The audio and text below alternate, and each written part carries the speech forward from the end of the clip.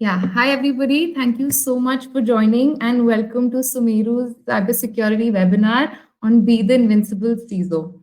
We all know being a CISO is not at all easy. And as a CISO, you have to engage with so many clients. There are security problems, manage an internal team, at the same time, ensure there is security for all the business critical assets.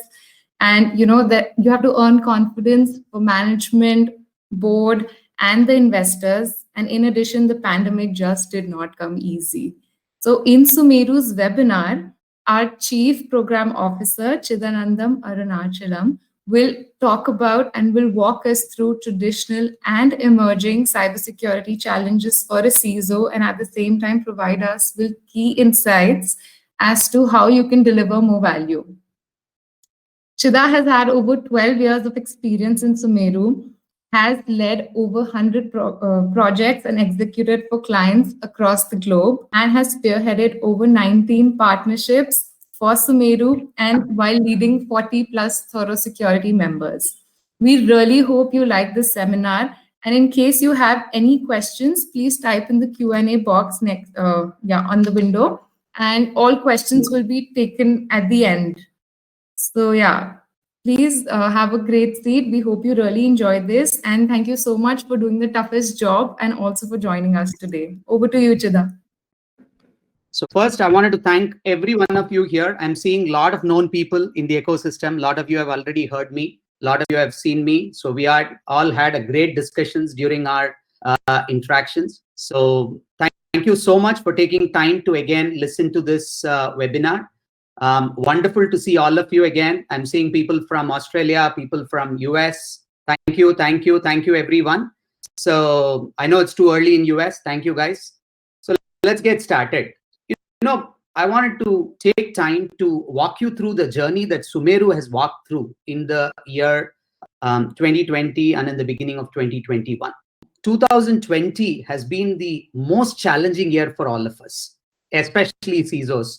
I'm very fortunate to tell you that I had an opportunity to connect with most of you who have joined across the globe, understand your challenges, work with you on the solutions, your outcomes, your requirements, and walk you through in the whole process of your requirements. So what we thought, having worked with all of you, having heard your experiences, having heard your challenges on what all you have went through and the journey that we have seen. So we thought at Sumeru put together a list of things that we wanted to share that will make you invincible.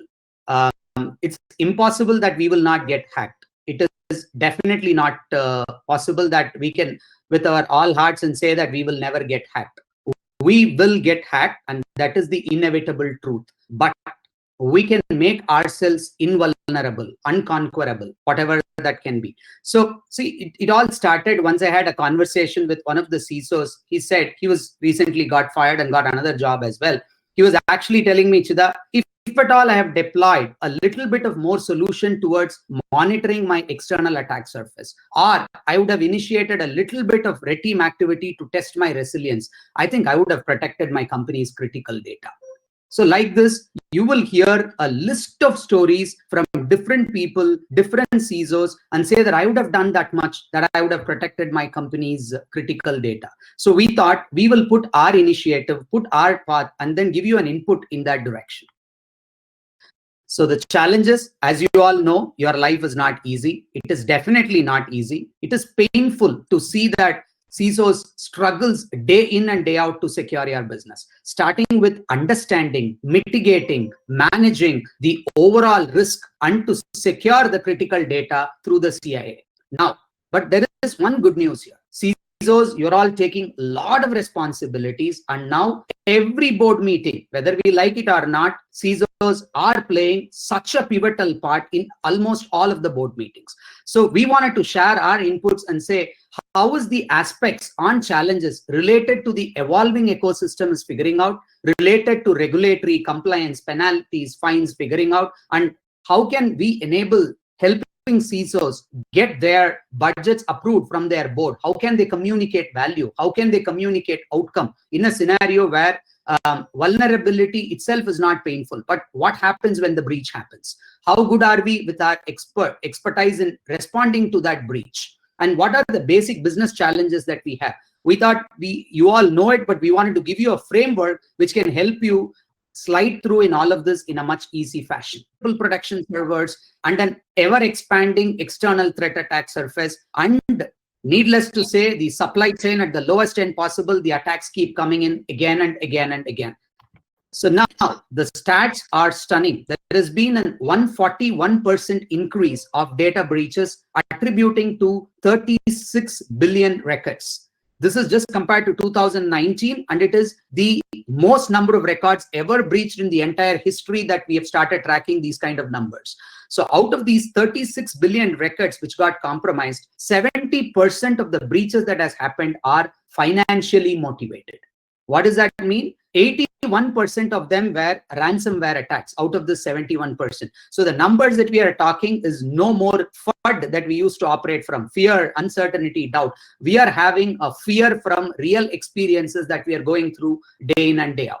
Now, we don't want to make our headlines for the wrong reasons. So Twitter, Joe Biden, then the thousands of Bitcoin values that got, and Marriott lost its 5.2 million data records. So people keep making headlines for wrong reasons. But in every of the scenario, there has been a certain set of people who have been working day in and day out to protect their critical data, to mitigate that risk, to manage the risk at the same time using everything smoothly available for the people in the network. And that's your job. And there is many more, and we cannot afford to take it easy. By now, the one thing that the industry has established from the real fear from real experiences is that we cannot take cybersecurity easy, because all people, starting with people who have the top-notch exposure and top-notch technology, have still become vulnerable to this worst attack that is happening into the entire digital ecosystem.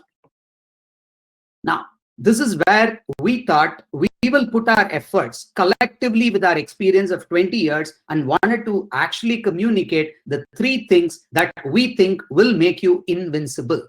1, business security fit.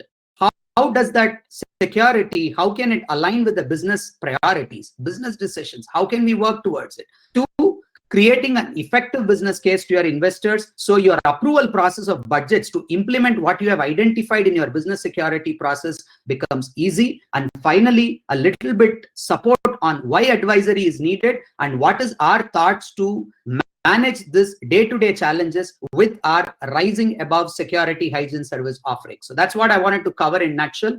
Here, I wanted to take a time out and speak a little bit about how assume there is a hypothetical company that I'm talking about, because I couldn't name them, you all know it. This is a situation which is real time. There has been a lot of effort that CISO has put in, tons of technology tools, world-class tools, starting with deception technology to a solid log monitoring system to the world-class endpoint solutions, everything he had in place. Some of the tools have been used to its biggest potential. And unfortunately, when the hack happened and when the forensics did their job, the hypothetical company identified that there is one beautiful asset which the production team created, was in production, exposing almost everything about the organization, was not in CISO's purview at all. The company got compromised, and that guy got a bad situation in front of him, because the entire business decision that has been taken by the board, by their CIO team, have decided to go through that side for their complete day in and day out business. And 3 days of business being shut down because of that server going down and compromising tons of business requirements put that thing, everything at stake. So aligning ourselves, the story short here is that aligning security to this business requirements and taking actions to make sure that the resilience is tested at all point of times in aligned with the business security fit. So we'll walk that through a little more as we go through the site of business security fit. Now, we have been working with tons of startups, and most of the times when I used to consult startups for product and their market fit, I always used to talk about product market fit, customer expectations, expectations, job-centric view, technology-centric view. So there has been a stage where we have evolved from technology-centric view to customer-centric view to product market fit to finally we are saying it is driven to the outcome. Solution is just one part of the outcome. This is my value add that I'm giving. So all startups today, they run behind product market fit. At Sumeru, we have been inspired by the real zeal of going behind business security fit. And what do I mean by business security fit? It starts with achieving a solid, robust security plan. And how can I make that happen?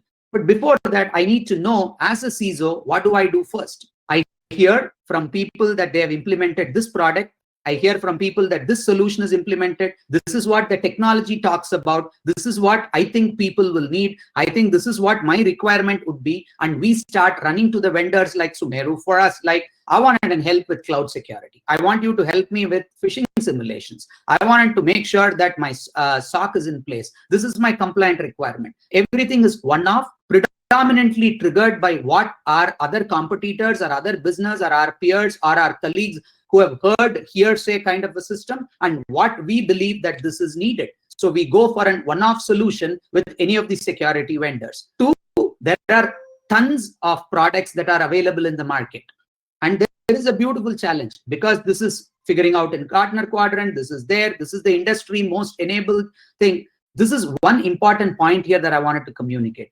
Technology almost at all point of times overtakes the absolute business requirement, and technology crosses over the real requirement of the businesses. Today, most of the products, if you look like, all of them do much bigger job than what you really want that product to do. And making sure that that product is fully integrated, making sure that that product is fully utilized has been the major challenges in any of these products. So in nutshell, when you have products, there are two challenges that we see. One, getting the right product for your security need. Two, making sure that the product is fully utilized by making sure all integrations are in place, all the assets are married to that product, and we have a effective mechanism to measure the fullest potential of utilization of the product. Nevertheless, all product companies gives you a training, gives you a platinum support, gives you endless tailor-made customizations possible. All of them come along with it simply because the requirement or the solution that product provides is much more than what we really need. And all of it, when we have a restricted budget to play around and we have a huge pile of product in front of us, what do I choose? What service do I choose? Here comes our thing on the important aspect. When we go behind, when we don't go behind a systematic approach of creating a security roadmap aligned with our business requirement, the challenge of going behind one-off service solutions or one-off products keep coming up again and again and again. So here we cannot go by the influence of the ecosystem or by the industry's trends or by the product technology capability or the feature of the product. We need to make sure that we have to align ourselves with the complete business requirements. Here, how do we start with it?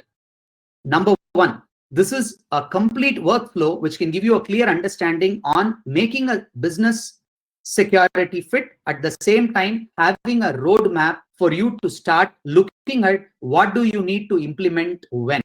Number one, you understand your current position, both internal, which is all your business units, your internal team, your office requirements, external, which includes your vendors, partners, third party. Understand the current security posture that you are in today.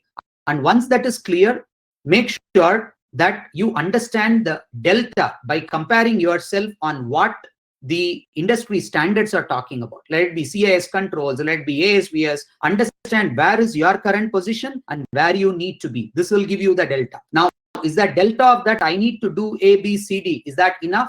No. Little more deeper into it, say, if this needs to be done, what is the likelihood of the security risk that I'm managing? How do I mitigate? What is the possibility of the exploit? And what is the potential if that happens? What is my absolute breach value if that happens? Moving forward, once this is there, we know the gap, we know that we have a list of security risks that we are playing around. We need to now align them with the business priority. Now, how do I know my business priority? Making sure that you speak to multiple business units as per your management, as per your board, as per your customers. What is your sales team? What happens if my business goes down for a day? What is my potential value? So these kind of informations will give you a perspective of which assets are critical for you. Now align these entire roadmap to that business priority. Now that puts you into an effective mitigation plan. Okay, now I have a detailed mitigation plan. Now what is required? You have to talk to vendors, you have to look for solutions, because you are driving by the outcome, not by the product feature, not by the one-off requirement, not by the industry trend. Now what you want to achieve is the outcome that you need. Now take that and look forward to find out what is the way in which I can implement in a most cost-effective fashion. Here I will help you with my next aspect of my slide, where we will talk about a little more about how do I put it for budgeting? How do I take care of the things so that I can make an effective business case to my board and get that approval? So that we'll talk about. Here at this point of time, let's put out a clear plan of my to my understanding of what is my gap, when do I implement, and how do I implement, and what will I do first, what will I do second, and what will I get there eventually in my long run. And finally implement them. And after implementing, make sure at all point of time you test its resilience, you test its efficiency, and make sure that you are enhancing security at all point of times. Yeah. While we prepare the roadmap, I thought I wanted to give you a perspective here, that a holistic view of looking at what hacker sees you from the organization.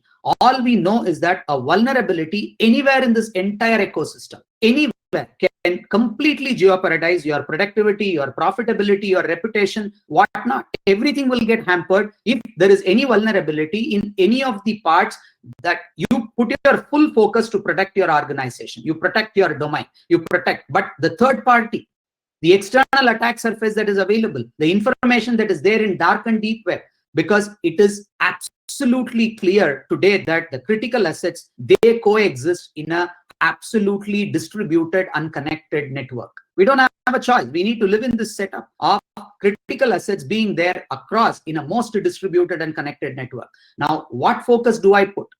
Taking all of this into consideration while I prepare my roadmap is the most critical thing here. It is even more important if you look at these stats. The third-party attacks today contribute to a greater extent. So it is absolutely not possible, because every day the third-party exposed hacks have been increasing crazy. And if you look at close to about 40-45% of the data breaches that happen are predominantly through the attacks that happen through the third parties. So here is an interesting conversation that I had very recently with one of my partner friend who brought a customer to us from Middle East. They had a solid fort that they have built. It is absolutely impenetrable. They had a proper education system for their employees in place, continuous phishing simulation exercise, whatnot and whatnot. But the third party who they have signed an agreement with have become an absolute victim, and through him, the most of the data got compromised. And this was figured out after 29 days, which is a good sign, because people normally take about 300 days to find out. But by the time the third-party data has already been available in the dark and deep web. It's good, but they take an action after 30 days, but whatnot is available if they would not have taken an action. So it is a very interesting place that if we don't focus on our third-party vendors, we are definitely under trouble. These are infamous incidents, and we know that DoorDash, through its service partner, who's doing just delivery, compromised 4.9 million customers' data. And all big people, Amazon, Google, all of them, because of Nitropedia, we had to go through that struggle of our data being available. I was surprised to find my data being there in that system. I'm sure yours could also be there. So the problem here is the third-party vendors needs to be taken into consideration at the most earliest stage in our portfolio, and they get to play the major role when we prepare our roadmap. Now, knowing this, how do we tackle it? Obviously, making sure that we scan the entire public internet to find the information that gives you a clear picture of what your attack surface looks like on the internet. This is absolutely critical. I would say that have an eye on the internet. That will help you see what hackers can see about you. Two, it can give you an outside-in view of your security posture, of your entire IT infrastructure. This outside-in view will give you a position on where do you stand today, what assets have been exposed.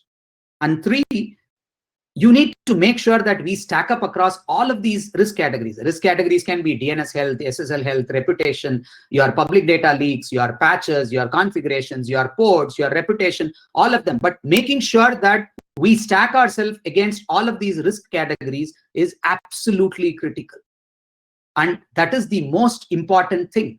And moreover, starting with all our developers, our vendors, anything that we buy from them, they go through an absolute process of security check, like how functional quality check happens. If you can put a security quality check in place before it gets to production or before it gets into your system, that can also build much more resilience into the ecosystem.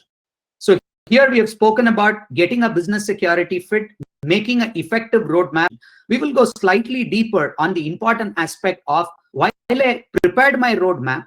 As a board, first thing he's going to ask is, what is your vision on security? Second, how are you going to present value that you're bringing to the table by the investment that you bring in?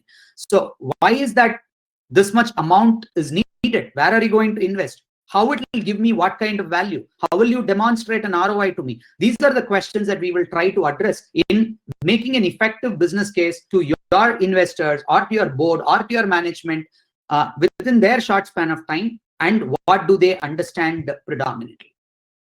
One, when you go and present, most of the times, I have been part of the meetings where my own teams come and say that it's a machine learning and AI-based tool which uses blockchain technology, and it actually opens up a reverse cell and that will compromise the mission.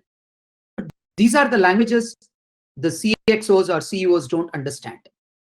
And they don't understand the scores either. If you go and say, I would say that ransomware is 4A, but if it is combined with phishing attack, I'm looking at 5A. This is not the terminology they would understand. So neither the technology nor the risk score are the two pieces that if you speak to the board, it will create a gap, because board language is not technological information, neither the risk score, but all they speak is predominantly in terms of financial terms. So showing them financial cost of the threat. What is the financial cost of the solution? What is the efficiency level of the solution and the threat that you're looking at to? What is the regulation info? And if I do this, what will be my remaining exposure?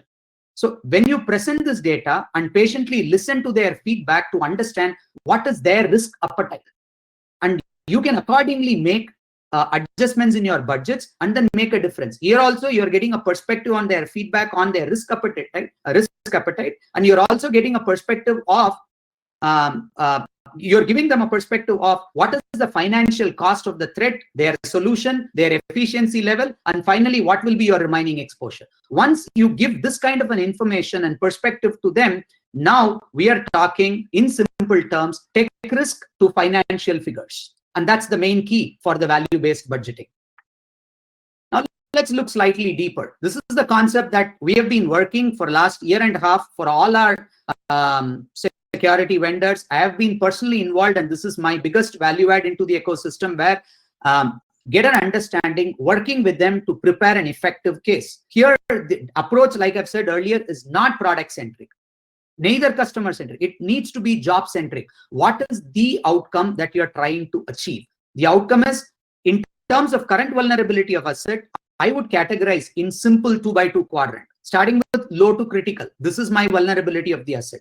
Take the asset, map them from low to critical in x-axis, and approximately put a breach value. You can put it in qualitative terms, quantitative terms, whatever is possible. Start measuring them from low to high and measure the graph. And when you plot the graph, you will see the absolute top right quadrant will give you a clear perspective of the, if that asset gets breached, it is most critical and the breach value will be huge. Moment you see that, you know that these are the areas that you need to focus. Now, having known and married with the vulnerability of the asset with a breach value, Now you need to understand what is the cost that it is needed for mitigation. That comes the second 2x2 quadrant. Now, from the previous graph, you have understood what is the breach value, which is factored against the criticality of the vulnerability. Now, let's look at what is the mitigation cost. This mitigation cost in terms of how much vulnerability that you are reducing. Here, the bottom right quadrant is the best bang because the vulnerability that you are reducing is super cool. At the same time, the mitigation cost is very, very low. And that's the beauty part here. So when you can put your mitigation cost at minimal and take care of the vulnerabilities which are huge in nature, and that gives you a clear return on investment. And the second aspect here is, which is important to know, is that at all point of time, you know what is your breach value, you know the mitigation cost. Now, quantitatively comparing what is going to be my breach value versus what is going to be my mitigation cost will clearly give you where you are getting a good return, where you are getting marginal return, where you need to look at the absolute mitigation costs that are needed, where I would say that that's the risk that I live up to. For example, when a breach value that I've identified is going to be greater than 1/3 of my mitigation cost, I would say, yeah, I think maybe for now that I need to bear the risk. But when you present the slide to the management, the response that you're going to hear is, this is not my risk appetite. I cannot bite this. This will affect the business. So we need to do something. So you're opening up a new avenue or a new channel for discussion in terms of clearly plotting out per your understanding, because what you are speaking is business language, what you are speaking is business security fit, and what you are speaking is in terms of pure breach and mitigation cost values, and what is their efficiency, and how do you measure the effectiveness of it, and what kind of return that will give you, and what kind of breach value that you can protect. Here, now having all of this, let's present a clear list of what am I asking approval for. These are very tentative numbers we have put in, but it gives you an asset that you're trying to protect. What is the kind of vulnerability that you're protecting? What happens in case if the breach happens, and what is the budget you're looking at? If you have a little more detail, you can add another column which says what is the potential breach value if it happens, and then the potential impact that it has created. It creates reputation, and this is the breach value that I'm looking at. This is the potential business impact. Moment we speak in this kind of a language, we are getting an absolute pulse from the board. Yes, this is the risk appetite that I will bite, but this is not the risk appetite that I will bite. It gives me an overall perspective of getting my job easier. Here, what is more important is speaking the dollar value of the risk that we are talking, not the risk score, not the technology that we are implementing to protect. Here, all we are talking is the simple and outstanding outcome that we are looking at. When we start looking at risk, when we start looking at the frequency, looking at the capability, the strength of the exploit, when we put all of this put together, we will some way in a position to calculate the potential dollar value loss against each and every vulnerability. Understanding the risk, understanding the frequency, understanding the capability, understanding the strength, all of this understanding of that each vulnerability will get you some pulse to put a potential dollar value loss. And moment we speak in that aspect, getting approval becomes much simpler and much easier. At least you know what is needed for the business.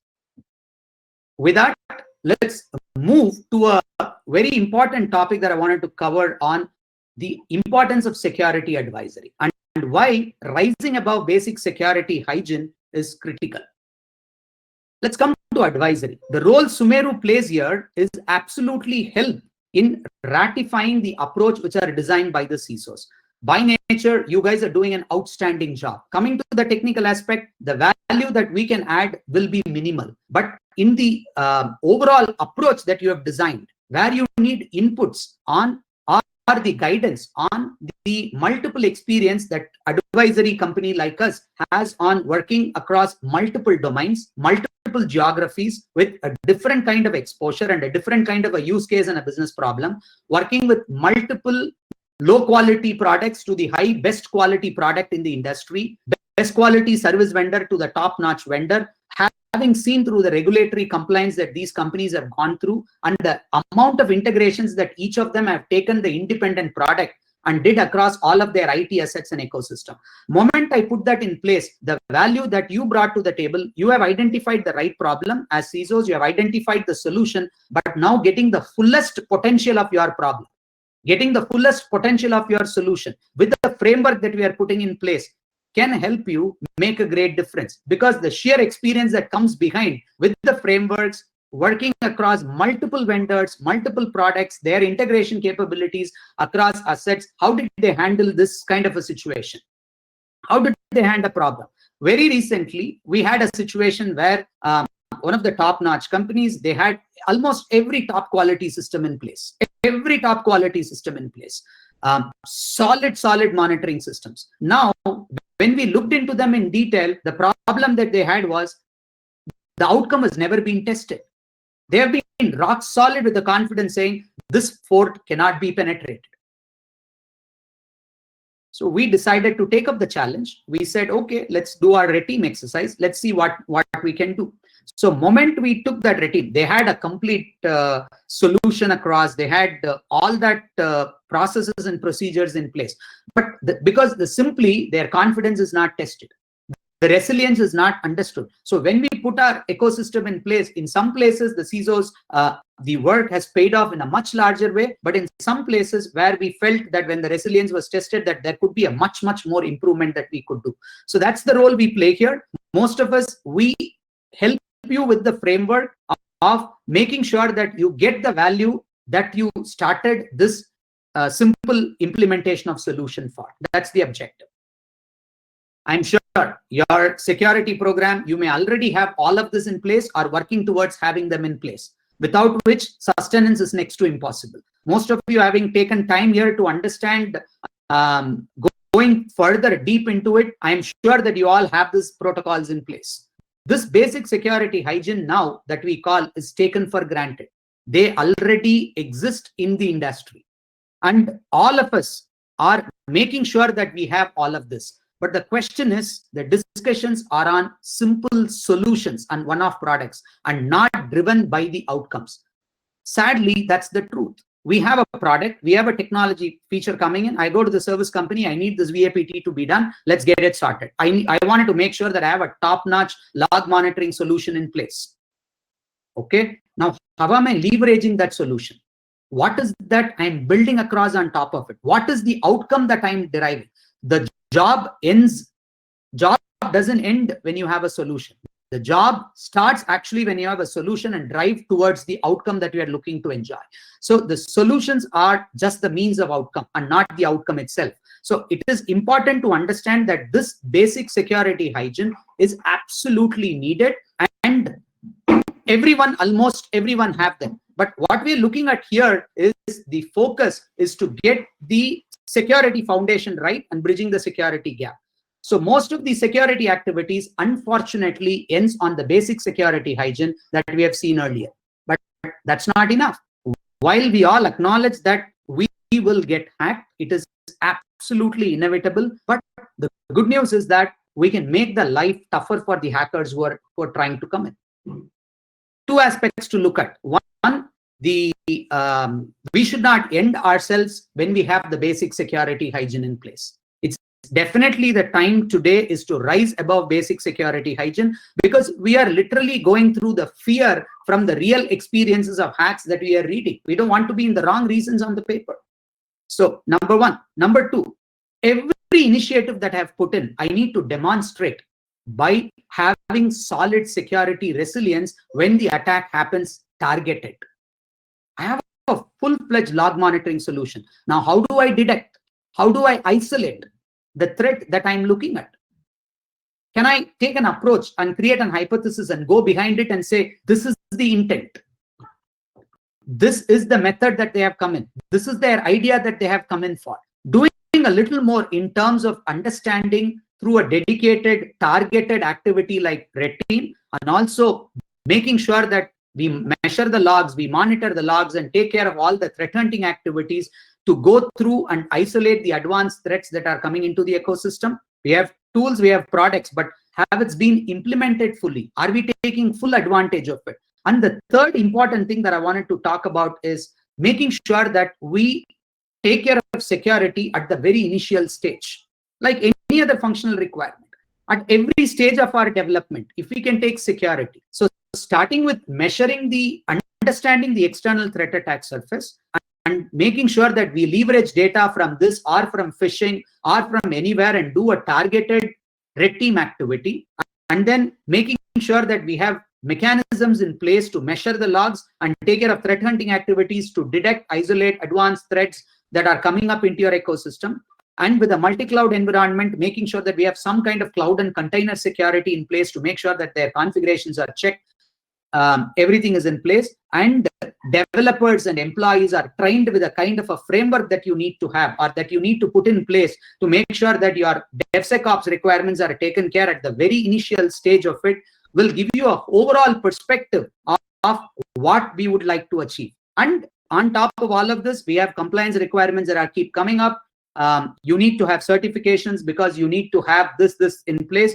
So putting together all of this overall ecosystem, which is driven by your business security fit, driven by the solid ratification that you get from the advisories, companies who are experts in the industry, who have seen multiple technologies, multiple domains, multiple vendors, similar use cases, who have gone through this kind of problem again and again in their life, taking their advisory and implementing products or solutions which are outcome driven by the roadmap that you have created is absolutely critical. Today, most of you, while I've been discussing with you, are already looking to bring red team, external attack surface monitoring, threat hunting, cloud security, DevSecOps all into mainstream already. We don't stop at the basic security hygiene. But for us to bring this entire piece into a portfolio, we need to make sure that we go with a solution that is outcome driven and not driven by the requirements of what I wanted to have this solution for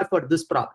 Rather than this is the thing that I wanted to achieve, and I wanted to deploy this kind of products, this kind of services, because it fits into my roadmap, and get that process going will give me a great perspective and a support on getting or making the life tough for hackers and make you invincible. So a couple of aspects that I wanted to say. Let's take an hypothetical company here that I had a conversation with. Two aspects came out very clear. One, as a CISO, I know exactly what I need to implement. I know my business problem. I have got a ratification from my board and management that this is the business problem that I'm trying to solve. And if I can secure this, I am good. These are my third-party vendors. I'm going to put protocols in place, starting with data protection, because at the end of the day, understanding them, mitigating and managing the risk is all about cybersecurity. So I know exactly this. So the understanding is clear. These are my mitigation steps. But I look at the cost and approval process. I decide to go back to my old nature because the amount that I need to get this implemented will be tough for me to get the approval from the board. Number one here. This is what I always say to most of the people. If you look at having a solid, a simple story, like everyone says, right? So you have a top-notch employee who goes out and his laptops get stolen. Through his laptop, every of the data gets compromised. And through his data, your entire business is down for a day. Now, what is the potential business loss that we are looking at? Compared to that, what is that initial cost that you're going to put in getting a return?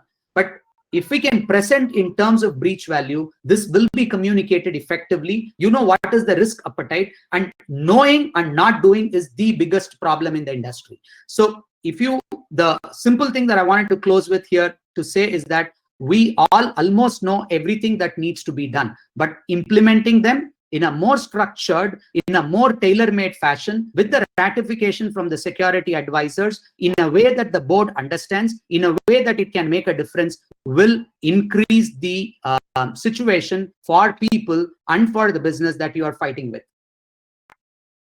And finally, Sumeru is always here for your service. Our absolute job is to improve the security posture and make sure that according to the trends and the experience and working with multiple industries that we have gathered, we are here to help and support the team. And in this forever war, we are definitely on your side. And finally, I wanted to take time to thank all of you here. Thank you for being a CISO, because I just wanted to read here. I'm sure you would have read in my post. The simple truth here is that you all definitely make every one of us feel safe. When the big basket happened, I felt sad. But in some cases where I sleep at peace simply because I know there is a CISO who's protecting my data. He's working to make sure that the world will be a better place from the hackers. So thank you so much, knowing this risk, fighting it hard with your hard work, with your effort, bravely and absolutely dependably. Thank you so much. And I will take a couple of questions here. And I wanted to say is that security is forever war. We cannot run away from it. And the hack is inevitable. All we can do is together, we will make life tougher for hackers and fight it. And Sumeru will be on your side when you go through this journey. Thank you so much. I'm just going to take a couple of questions. I think I'm on time to finish in about 40 minutes. So I'll take about 10 minutes of questions and then we will close for today.